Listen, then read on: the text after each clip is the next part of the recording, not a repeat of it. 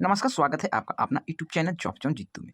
अगर आप भी आंगनबाड़ी सेविका, सहायिका या आपके परिवार में कोई आंगनबाड़ी कार्यकर्ता से जुड़ा हुआ है, तो आज का वीडियो आपके लिए बेहद ही महत्वपूर्ण है, क्योंकि पिछले कई महीनों से जिस मामले को लेकर सेविका, सहायिका के बीच लगातार चिंता बनी हुई थी, उनमें से एक बड़ा अपडेट सामने आया है। खास करके वित्तीय वर्ष 25-26 के बकाया मानदेय और वित्तीय वर्ष 26-27 के अप्रैल, मई, जून और जुलाई महीने के मानदेय को लेकर स्थिति में बड़ा बदलाव देखने को मिल रहा है। लेकिन दोस्तों, आज की इस वीडियो में सिर्फ इतना ही नहीं, आपको और भी जानकारी बताएंगे। आज हम आपको बिल्कुल आसान भाषा में समझाएंगे पिछले वित्तीय वर्ष का कौन सा पैसा बाकी है, फरवरी और मार्च का मानदेय किस स्थिति में पहुंचा, सेविका को कितना पैसा मिल सकता है, सहायिका को कितना पैसा मिल सकता है और वित्तीय वर्ष 26-27 का कौन सा मानदेय अपडेट हुआ है, 40,500 और जैसी रकम किस स्थिति में बन रही है, बैंक में पैसा कब तक आने की उम्मीद है, और अगर आपके स्टेटस में अभी भी नो या रेड दिखाई दे रहे तो आपको क्या समझना चाहिए। वीडियो को शुरू से लेकर अंत तक देखिएगा, क्योंकि बीच में अगर आपने वीडियो छोड़ दिया तो हो सकता है आपको सवाल का जवाब भी छूट सकता है। और हाँ, अगर आप पहली बार चैनल पर आए हैं तो चैनल को सब्सक्राइब कर लीजिएगा, बेल वाला आइकन को दबा लीजिएगा, क्योंकि जॉब जॉन जीतू पर हम लगातार कर्मचारी, सेविका, सहायिका, आशा फैसिलिटेटर, आंगनबाड़ी और सरकारी योजना से जुड़ी महत्वपूर्ण जानकारी आसान भाषा में लेकर आते हैं। तो चलिए बिना टाइम गवाए वीडियो को करते हैं स्टार्ट। सबसे पहले बात करते हैं सबसे बड़ी खुशखबरी की। दोस्तों, पिछले वित्तीय वर्ष 25-26 में कई आंगनबाड़ी सेविका, सहायिका का मानदेय जनवरी, फरवरी और मार्च महीने का किसी न किसी कारण से लंबित था। किसी का जनवरी का बाकी था, किसी का फरवरी का, और बहुत से मामले में फरवरी मार्च तक का भुगतान लंबित दिखाई दे रहा था। सबसे बड़ी परेशानी यह थी कि संबंधित कार्यालय से लेकर आगे की प्रक्रिया पूरी होने के बावजूद पैसा बैंक तक नहीं पहुंच रहा था। लेकिन अब स्थिति में बदलाव देखने को मिल रहा है। 19 अगस्त 2026 की तारीख में कई मामले में फरवरी मार्च महीने का स्टेटस सेंड टू बैंक तक पहुंच चुका है। यानी जिस पैसे से सेविकाएं, सहायिका लंबे समय से इंतजार कर रही थी, उसकी भुगतान प्रक्रिया अब आगे बढ़ चुकी है। लेकिन यहाँ एक बात और भी ध्यान से समझिए।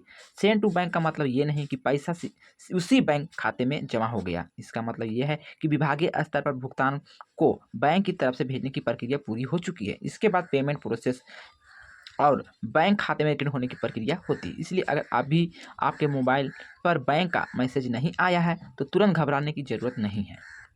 फरवरी मार्च के पैसे को समझिए। दोस्तों, सबसे महत्वपूर्ण सवाल आता है कि अब फरवरी और मार्च दोनों महीने का पैसा बाकी है, तो कितना पैसा आएगा। दिए गए अपडेट के अनुसार पुराने मानदेय की दर के हिसाब से सेविका के लिए 2 महीने का भुगतान लगभग 18,000 बनता है।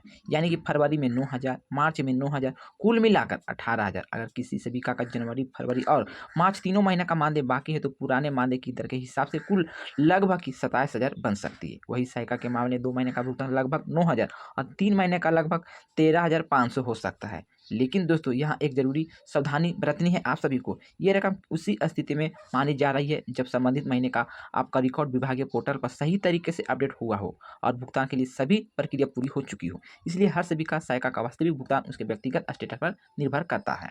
क्या पैसा आधा आधा करके आएगा?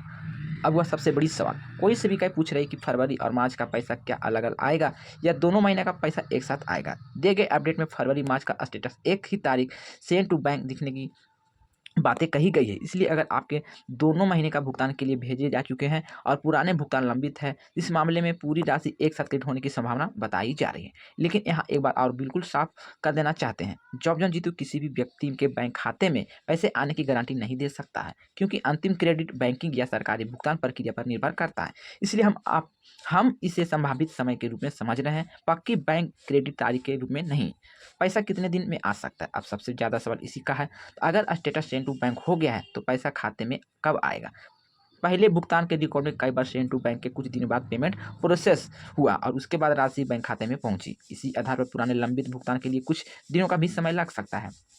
कई मामलों में 2 से 3 दिन या तो 5 दिन भी लग सकता है। लेकिन बैंकिंग प्रक्रिया, छुट्टी, वित्तीय विभागीय प्रोसेसिंग के कारण इसे अधिक समय भी लग सकता है। इसलिए आपसे मेरी सलाह है, हर घंटे बैंक जाकर बैलेंस चेक करने की ज़रूरत नहीं है। अगर आपका मोबाइल बैंक नंबर खाते से लिंक है तो बैंक का SMS आने की संभावना बनी रहती है।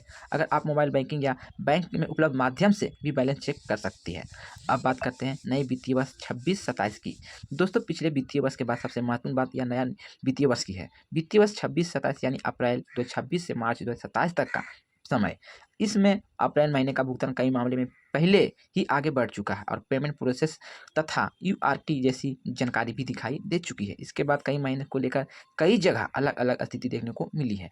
कुछ लोगों को मई का केंद्र सरकार वाला हिस्सा प्राप्त हुआ है, जबकि कुछ को अभी वही प्राप्त नहीं हुआ। इसके बाद जून जुलाई महीने का स्टेटस भी लेकर लंबे समय से इंतजार कर रहे हैं, लेकिन अब यहाँ भी बड़ा अपडेट देखने को मिल रहे हैं। जून और जुलाई माह का क्या हुआ? दिए गए अपडेट के अनुसार महीने का सेंड टू बैंक पहले ही हो चुका था। जून महीने का सेंड टू बैंक 12 अगस्त को आसपास हुआ था और जुलाई महीने का सेंड टू बैंक 19 अगस्त का अपडेट हुआ। यानी वित्तीय विभागीय स्तर पर जुलाई तक के भुगतान का स्टेटस आगे बढ़ चुका है।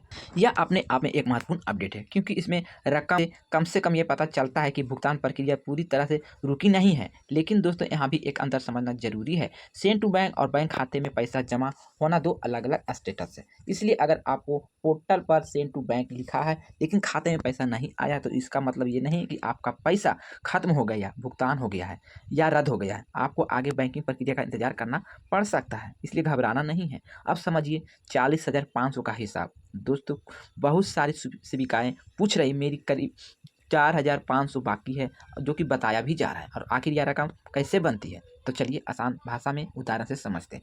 मान लीजिए वित्तीय वर्ष फरवरी और मार्च 2 माह का बाकी है, तो पुराने मानदेय के हिसाब से लगभग 18,000। इसके अलावा नए वित्तीय वर्ष जून जुलाई का 2 महीने का मानदेय भी मान लेते हैं। अगर इन दोनों महीने का कुल राशि लगभग 18,000 बनती है और मई महीने का एक हिस्सा यानी कि लगभग 4,500 भी बाकी है, तो 18,000 प्लस 18,000 प्लस 4,500 यानी कुल मिलाकर 40,500 रुपया आपका बनता है। यानी कि 40,500 के आसपास राशि बन सकती है।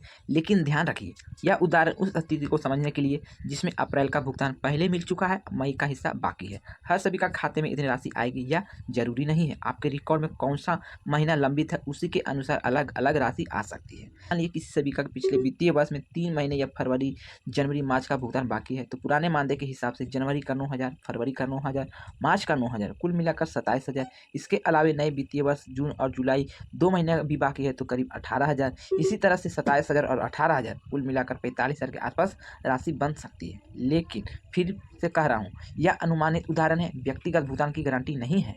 किसी का अप्रैल का आया है या नहीं आया है, मई का कितना आया है, कितना बाकी है, किस महीने का रिकॉर्ड विभाग स्वीकृत किए हैं, इन सभी चीज़ों में अंतिम राशि बदल सकती है। इसलिए आपको हड़बड़ाना नहीं है, आपको केवल इंतजार करना है। अब सबसे ज़रूरी बात, नो या रेट दिख रहा है तो क्या?